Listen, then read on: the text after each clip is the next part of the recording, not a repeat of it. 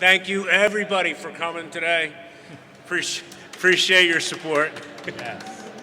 I am Kevin Minton. I'm with Coastal Source. I'm a technical sales specialist. Pretty much service the east half of the country. And Pete?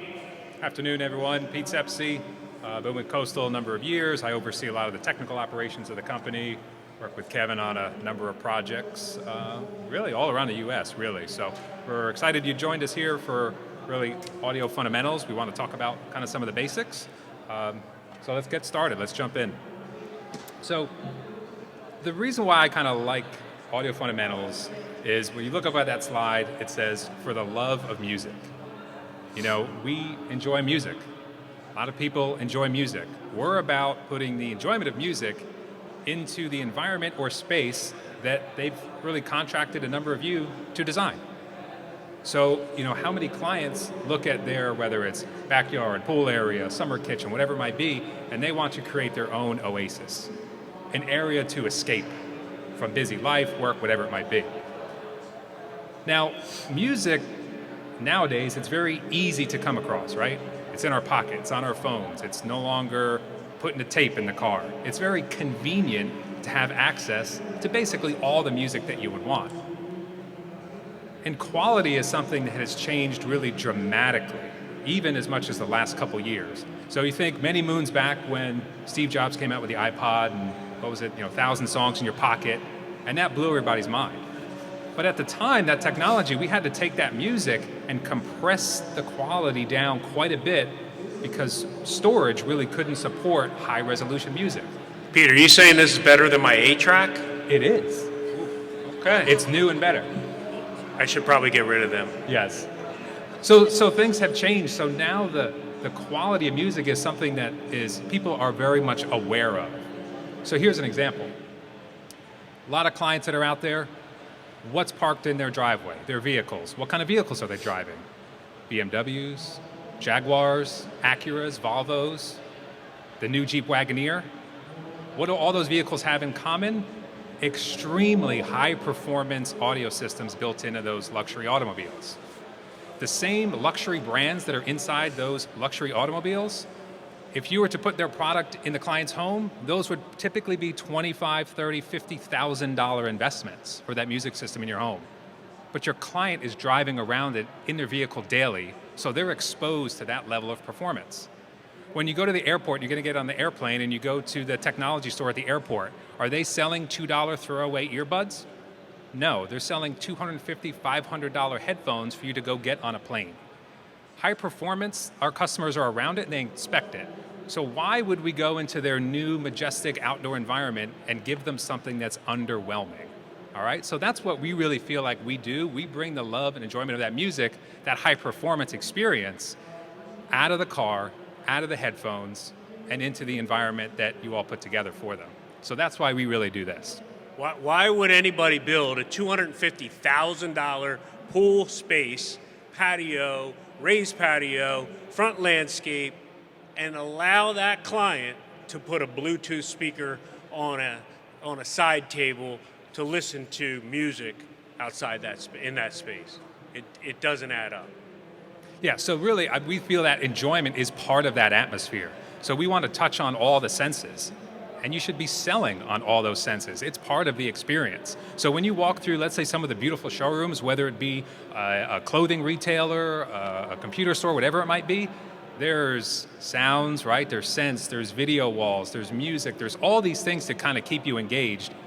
Music is another opportunity outdoor, and the thing is, if you're not doing it, someone else will. All right, so it's a different opportunity to really increase the profit in that backyard, okay? Kevin, so... Anybody here do landscape lighting? Anybody? You know landscape lighting, right? You're comfortable with that. It's your comfort zone. So what we want to do is take you through the landscape lighting procedure that you already know. Anybody that was here in the presentation before us, landscape lighting, right? We do landscape lighting as well.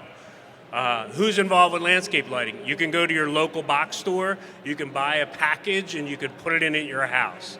Your clients can do the same thing. Are you encouraging your clients to do that? No, because you're building a beautiful space for them. You want it lit professionally. You want it to look just as beautiful and stunning at night as it does during the day.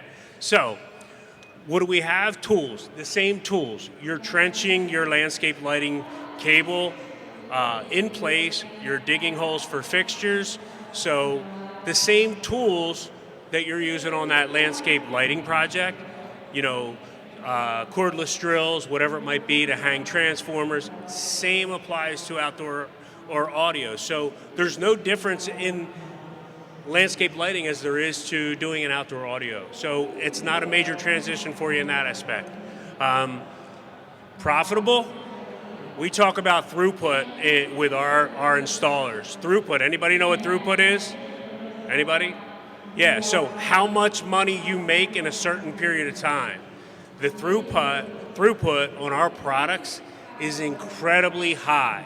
The amount of dollars you can turn around in a very short period of time, get in. Our president says it all the time. Angelique interviewed Franco, and it's in her latest edition of SYNKD.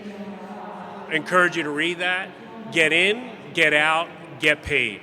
That's the way we design our lighting and our audio as well. So very profitable. Wide selection of products, right? Small to large. Lighting, you can go with small lights, very small little niche lights. You can go to path lights. We have 72-inch risers for our tiki torch. All different size components. Distribution or direct, right? You can go direct and buy your lighting products direct. You can go through a landscape distributor. So not a big difference between your lighting and audio there. Same applies to audio. You can go into a Best Buy and buy an audio system for your house, just like you can go into and get a lighting system direct from your local supplier. So recurring revenue on your lighting, if you're not doing maintenance on your lighting systems, it's highly profitable. It's a great recurrence revenue. We encourage our installers to do that, right? Same with audio, it's recurring. Chances are once you install an audio system, they're gonna fall in love with that system and they're gonna want you to come back and do more. And there's some very small maintenance things that you can do as well that are associated with an audio. So a lot of parallels to what you're already doing on your lighting projects to what is involved with an audio installation. So think about that when you start to get intimidated, and that's what happens with a lot of our landscape installers that are installing audio, is they get overwhelmed. I don't know audio, I don't know what to do. There's a lot of similarities and parallels between the lighting and the audio side. You already have the tools, you already have the products, you already have the same access to the products. There's already the variety in the products. So don't get overwhelmed, we're here to help. So you see kind of the parallel that Kevin's drawing between the two. We think it's very, very relatable. Some things to consider though when you're looking at really designing an outdoor audio space. The first thing we want to look at, are we looking at a specific area that we want to entertain in, or are we looking at a property-wide solution? All right, so think of a theme park. A theme park is property-wide. As you navigate the spaces, you're always engaged with audio. Versus maybe in a backyard area, we purposely don't want to engage the front of the property. We just want to do something around the fire pit or the summer kitchen. So that's kind of the first design element you want to think about. Am I thinking at a grand scale property or something smaller? We might call that a single zone or multi-zone if it's distributed across a property, okay? The next thing to think about really, budget, all right? That's a favorite word of ours, all right? Whatever specialty you have, I find that when you walk into a space, no matter how big or small the job is, you've got that, what I like to call the gut feeling. You know before you put pen to paper, if you are in a 4, 5, 6, or 7-figure project with whatever it is you do, whether it be landscape design, hardscape, maintenance, pools, fencing, whatever it might be. So kind of the similar thing goes to audio, is once you get comfortable in that space, you're going to be able to give the client an idea of what that budget is before you put pen to paper. Nobody wants to go into a proposal and have it not go well because you thought it was, or you knew it was going to be X and the client thought it was X minus 10, all right? So that's something that you can kind of talk about up front. We'll do it. We had many conversations here in our booth of approximate installed systems. It's a very quick conversation. Really, you're just making sure qualification is there, okay? How you're going to control the system. All right, so most clients, right, we carry our phone in our pockets. Most clients decide to use their phone to control their system. We'll touch on a little bit later what some of those options are, but that is the typical model versus go back 10, 15 years. Remember rotary volume controls?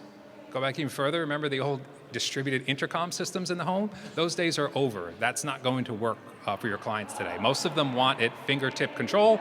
Others even want it voice control, okay? So you just want to have that conversation of, hey, how do you control the audio system inside your home now? Let's make sure that experience is the same outside. No one wants to teach a client new things, right? So if we're going to sell them this new wonderful system, we don't also want to teach them, all right? We just want to give them the keys to the car and go enjoy it, okay? The parallel to lighting. So we put down light sound pollution. Something to think about. Is neighbors a concern, or is it a grand property with a lot of acreage? We don't need to be concerned about that. We have some products that kind of help deal with sound pollution. So again, just as you're in kind of this discovery phase with the client, these are some of the things that you're going to want to consider. Lastly is power requirements. So Kevin's going to touch on kind of where our electronics can go, but just something you want to be aware of. Our equipment is very, very efficient, so it's not like you need a massive generating plant, okay? But you just need to be aware, are you putting electronics inside, outside, or sometime a mix? So let me hand that off to Kevin so he can touch on where the electronics can go. So there's, we break it down into 3 different areas where you can locate the equipment and everything that is going to power an outdoor audio system. Everything can live inside. If that client of yours is very technical, they have smart home, meaning everything's on a touchpad in the house, they wake up at 6 a.m. every day, the lights slowly get brighter as they wake up at 6 a.m. That technology is already in place. Chances are that their indoor audio and everything is living inside in a utility closet or room in the basement on a rack system. So all that product can live in there on an outdoor audio system as well. It would require you to get through into the house and get the necessary power and cables, speaker wire into that system. The other side is outdoor, and we, as far as I know, are the only company that gives you the ability to locate all the components outside. Amplifier, cables, speakers, streaming devices can all live outside. So during the times of the pandemic, our dealers love that product because they didn't have to worry about going into their client's home in a panic. With COVID, I could stay outside, I can mount the amp, I can put the streaming device, bury the cables, put the speakers in, and never ever go inside that client's house. So that's a big advantage to one of our systems, but it's a reality. You can locate everything outside. A hybrid might be where you have your streaming device inside, so you're going inside. You might run a Category 5, Cat 5 cable, slang for that, from the streaming device inside, get outside, connected to one of our outdoor amp enclosures, and then to your speakers. So it could be a combination of equipment inside and a combination of and outside. So those are the 3 different scenarios for outdoor audio and where the equipment could be located. We have one group of our dealers that prefer the inside, and then another group that love to keep everything outside because they don't want to go in a house. So outdoor lighting. So let's walk through a project on outdoor lighting. You're going to walk the project, right? Typically on a lighting job, you walk the project. I know I do it with our dealers all the time. That's my responsibilities, is to walk the project and give them ideas on where they can light, how they can light that property, right? So where do you spend your time? You ask that client a lot of questions. It's the discovery phase, what we call. Where do you spend your time? How do you like to listen to music? Okay, I'm going to be sitting by the pool, but while my kids are by the pool, my husband and I and our friends like to hang out by the raised patio or by the fire pit.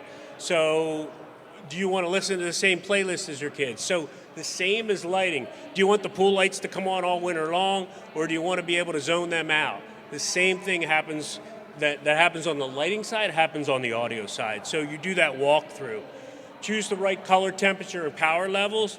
The same thing happens on the audio side. So if you're making that parallel, I'm trying to make the connection that it's not that foreign for you if you're already doing lighting to do audio. So you want to think about the power. Do they want subwoofers? If they want a subwoofer and they like that richness when you do a demo for them, you're going to have to increase the amplification. So how much power do I need, right? How many speakers do I need? The different areas that they want to listen to audio on the project. All on or all off? Some people, they want one zone, they want to listen to the same playlist across the entire space. Some people, it might be a scenario like I said. They want a different area by the pool, different area by the patio, a different area by the fire pit. They want to be able to zone them off. Do they want to listen to different playlists? That all comes into play as well. So you need to understand with that client, just as they would enjoy their outdoor lighting, how do you see yourself enjoying outdoor audio? And then control. How do they want to control it? Do they want to control it from an app on their phone? Do they want to control it with Bluetooth? Do they want to stream it through Wi-Fi? Those are important aspects to understand. You know, I do all kinds of demos across the country, and sometimes you got to run by the client. If they're not real familiar with technology, they might just be better off with a Bluetooth, and they're going to sit next to that receiver and they're going to stream the music from a Bluetooth. That might be the solution. You might have the more advanced that, you know, they want to go on the app and they want to have all their playlists there and just jam. So the same as you're talking about zoning and photo cells and timers on lighting, it's the same parallel on the audio side. It's not that foreign. So I'm trying to bring you into the comfort zone and understand audio because in parallel to something you're already doing. Yeah, so this was kind of our walkthrough of doing a lighting job, and see if we transition over to audio, which Kevin highlighted, it's really the same process, okay? Very similar. So what we thought we would do is just kind of pull up a sample project, and we can show you really just kind of how we approach it, and then we'll go into some product selection. So here's our sample project we want to take a look at. And we put this quote in there, and this would be something that I know I've heard a lot. So it reads, the client says, "We'd like an outdoor audio system around the pool area that really rocks. We spend a lot of time as a family enjoying the space. We have teenage kids, and our pool is where everyone likes to gather." So that's a customer telling me that they really want this. This is a central point for them. This is like the kitchen inside the house, right, where everybody gathers. So we really want to make a nice investment here. We want something that we can really enjoy. Now, the client might want a quality system, but they also might not know what the scale of that is, maybe what it's going to take, what the budget is, how long it's going to take to install, and all those kind of things. But that's where we're here to really educate the client. So Kevin's going to kind of run us through what these steps look like.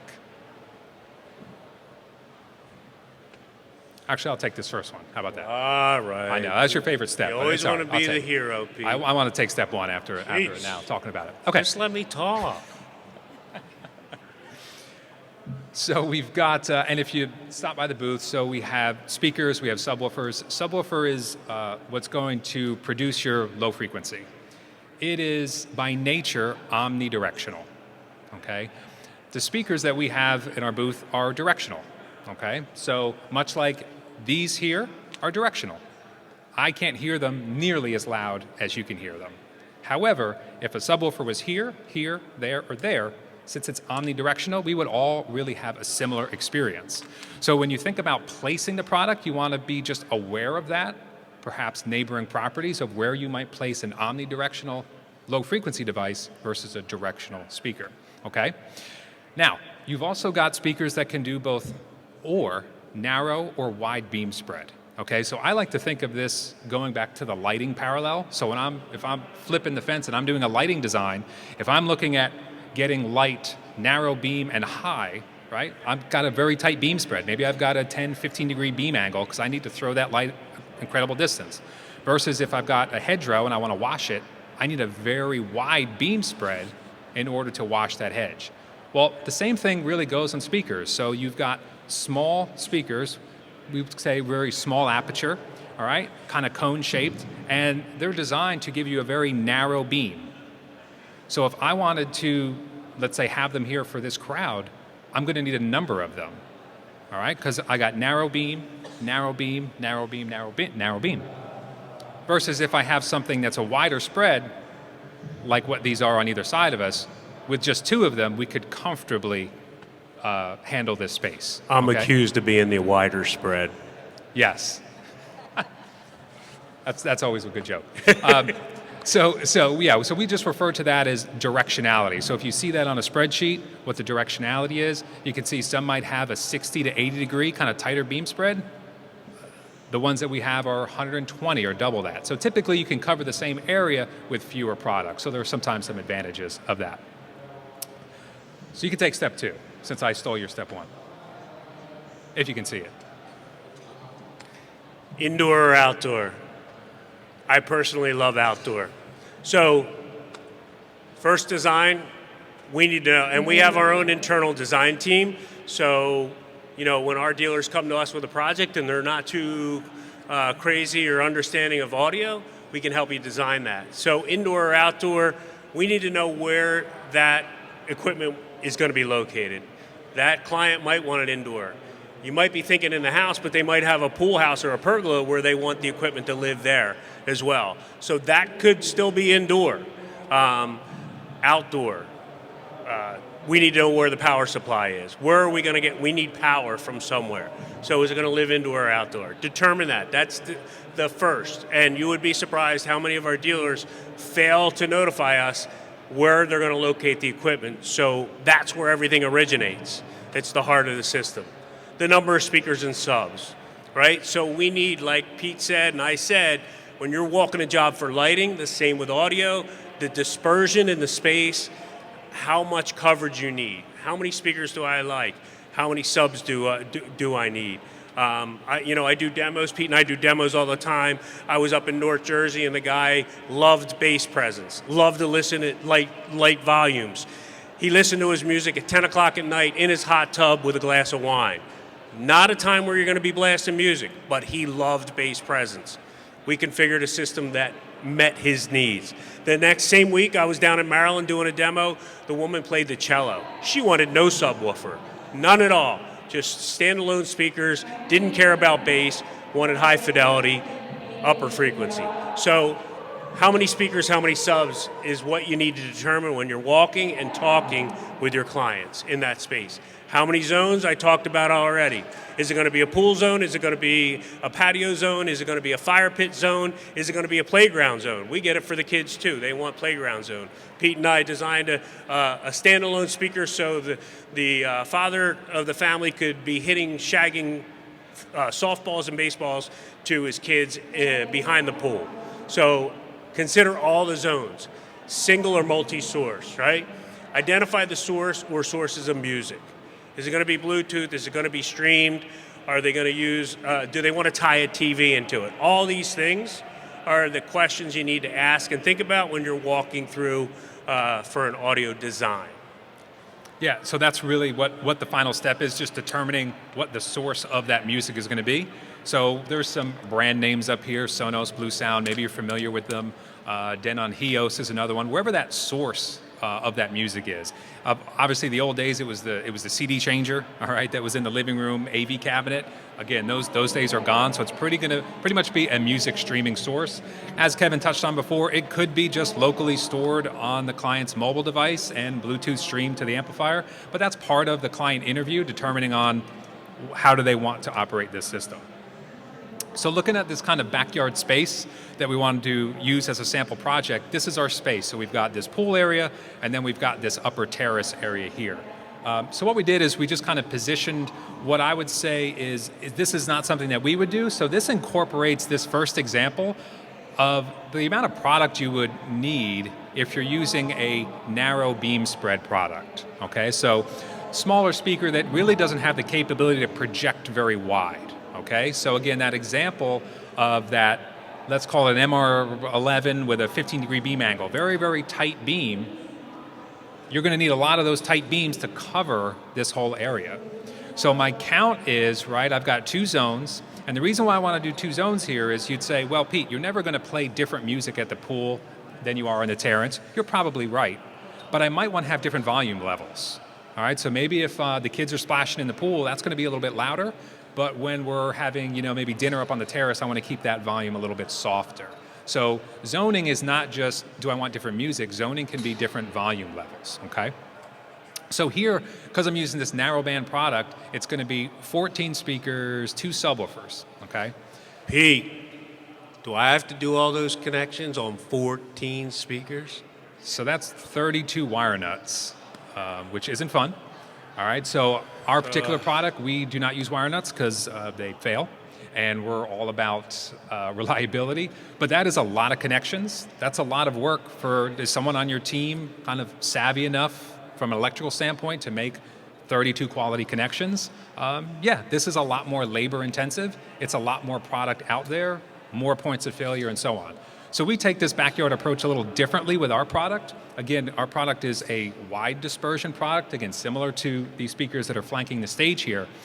So you're covering now this you're area talking my language. yes, with significantly less product, all right? So we look at it's less holes, it's less wiring, less connections, and more importantly, I mean, it's a less visual footprint. Okay, so we're already fighting for space typically in landscape beds as it is, right? So we don't want to just be adding product on top of product on top of product. So again, you can see if I go back to that earlier example, if my left arrow works, that we're much more of a fan of this. Okay, so this is really where we feel our product shines.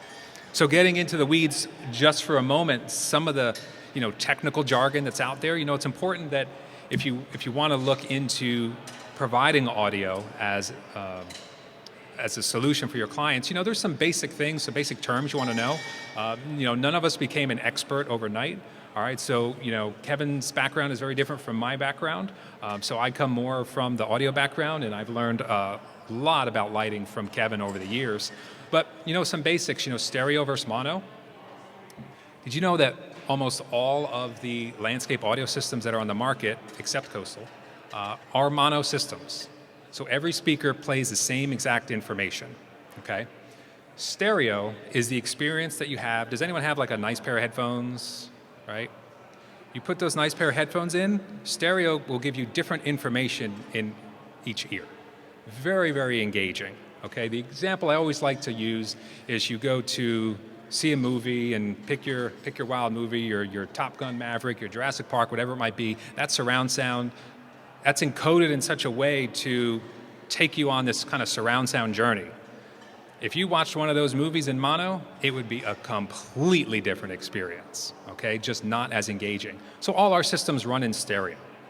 Now, you can do something in mono if you wanted to. The example I might be if you've got a grand property and maybe you've got a meandering path down to a boathouse and the client would like some music as they wander down that meandering path, that might make sense. Or you might just want to have mono along that path. But if I'm sitting around that pool, if I'm up on that terrace and I listen to some great stereo, some great audio tracks, I absolutely want stereo. I want that headphone experience in my backyard, okay? The next thing you'll see up top, 8 ohm versus 70 volt. That might be a term you might hear out there, 70 volt. What 70 volt is the type of system that you would use in a building such as this, okay? 70 volt is designed for extremely long cable runs with a whole lot of speakers. So everyone's been to the airport, right? Of course, right?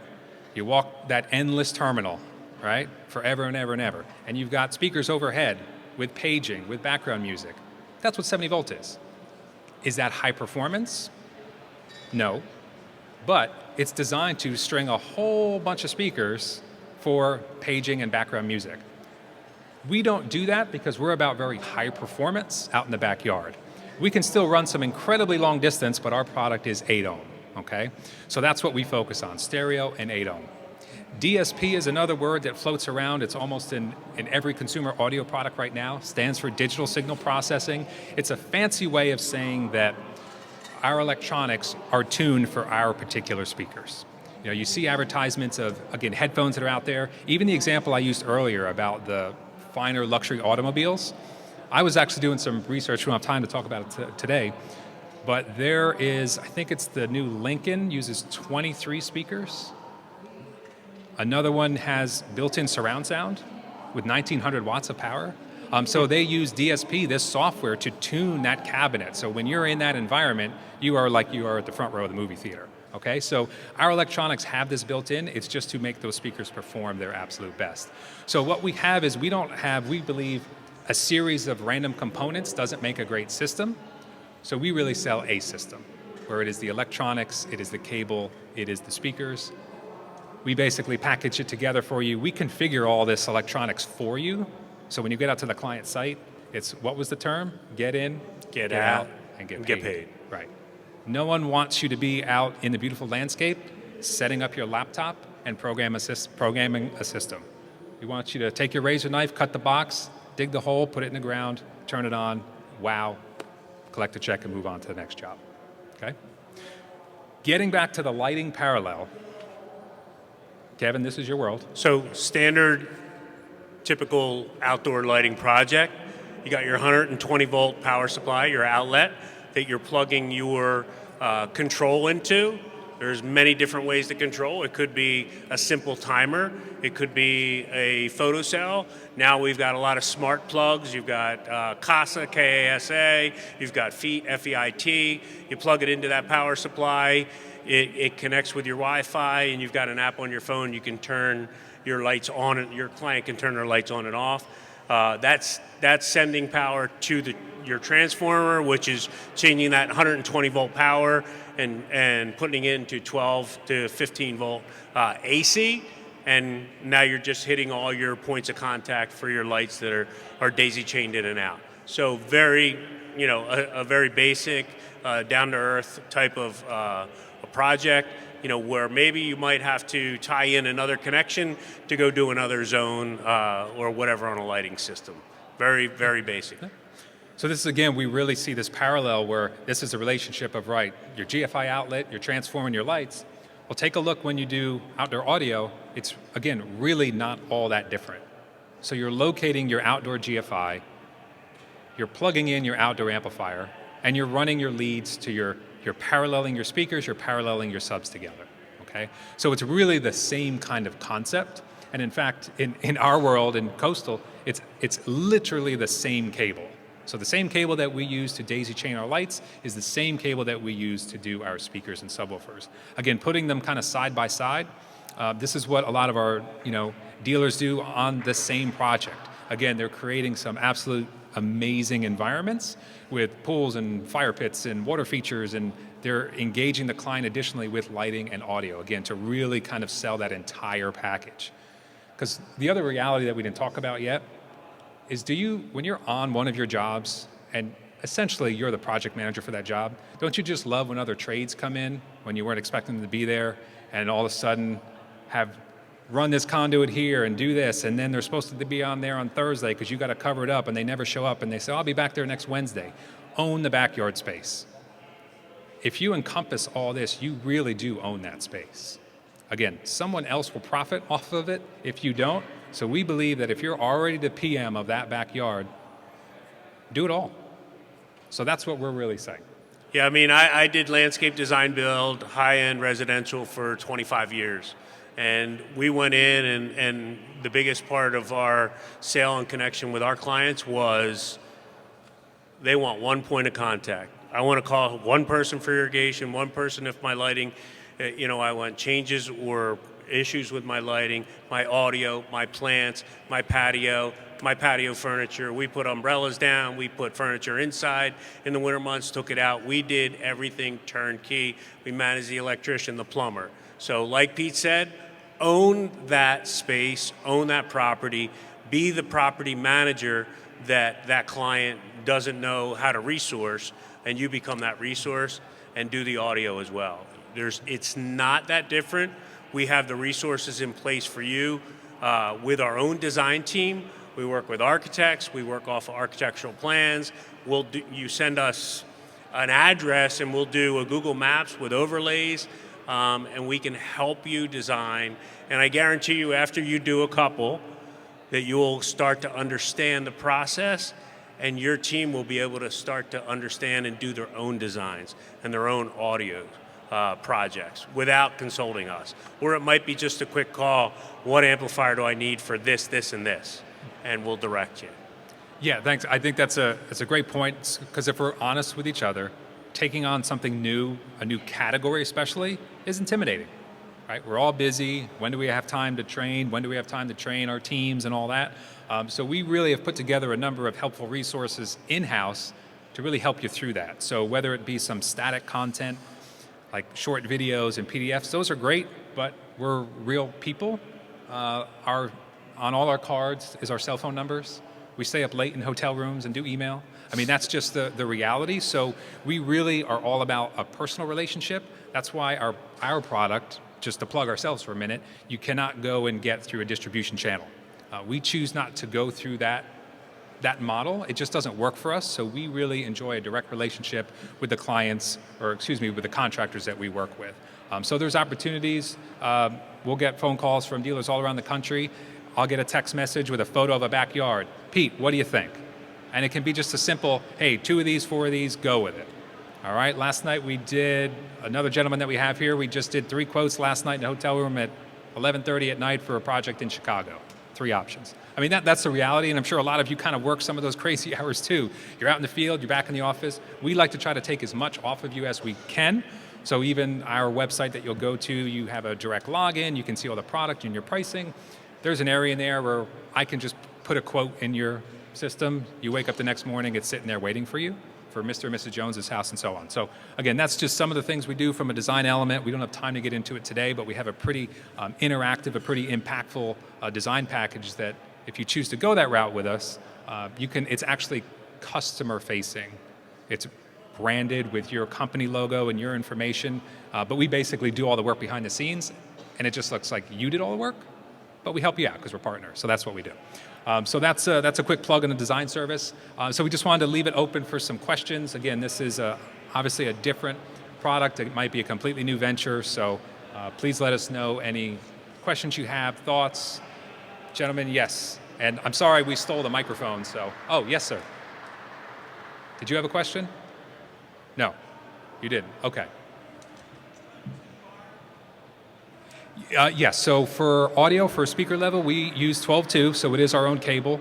So a quick thing about the cable, it is 12 gauge. We use an oxygen-free copper. It is a proprietary cable. However, I don't say the word proprietary to scare you and say it's a closed system, because it's not. You can use all or a combination of traditional 12.2. What makes the cable different is on our cable, the ends are pre-terminated. So remember the example of, I said 32 wire nuts, that's a lot of point of failures. So our cable has pre-terminated ends and they're IP68 connections. So the way it works, it's a simple male-female relationship on either end of the cable. They come in a variety of different lengths. You can buy them on a spool, all right? What you do is when you put the cables together, you do not need channel locks, pliers, wire strippers, any of that. You put the cable together and you just twist it with your hands, and it's an IP68 rated connection. So it's completely submergible, it's watertight, it's airtight. It also has 300-pound pull strength. So in order to break that connection, you would need 300 pounds of force. Do you know what the average force needed to break a wire nut connection is? It's about 20 to 25 pounds of force. All right, so very, very reliable, but very quick connection system.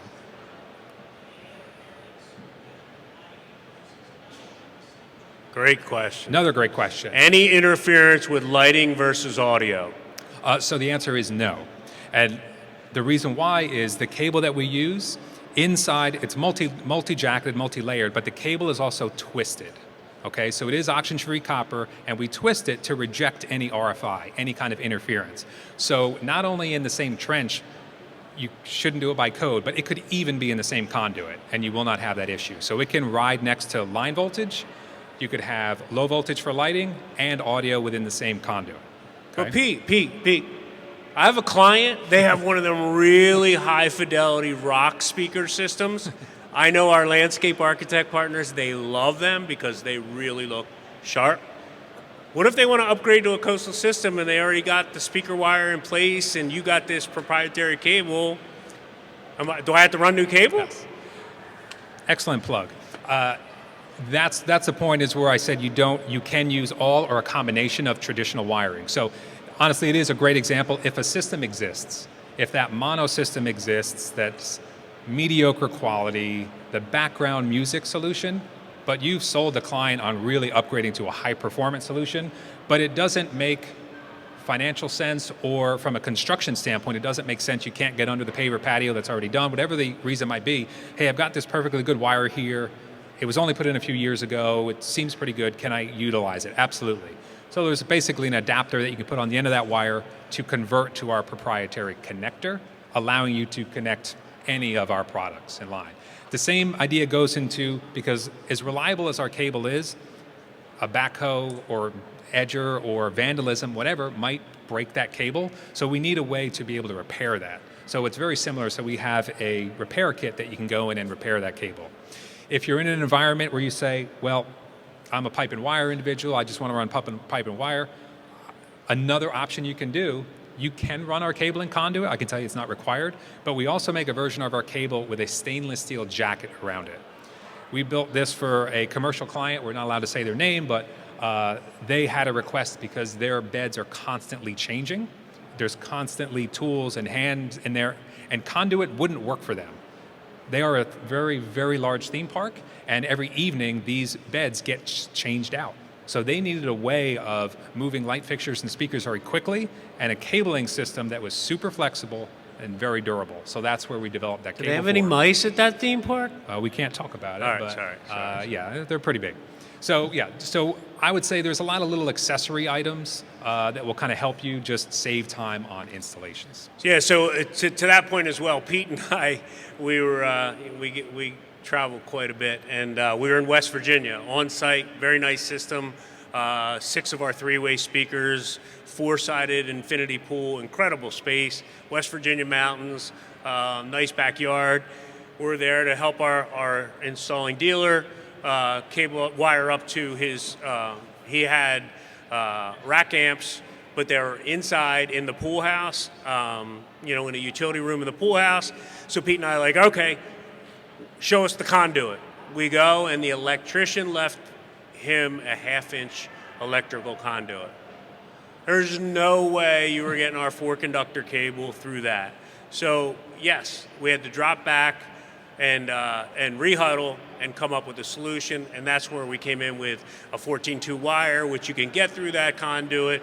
So yeah, we're not about this is the only way and you have to do it this way. We have solutions. It's a quick call or a site visit from us, and we'll work you through that process. We want you to be successful. So it's not a one-size-fits-all. Yes, unfortunately, we both come from the field, even though it looks like today we work in an office, but we are from the field, so we know, again, the reality of jobs, of what changes. It's very dynamic. So yeah, we have a bunch of little tools and tips and accessories kind of in our wheelhouse to deal with some of these issues. Any other questions?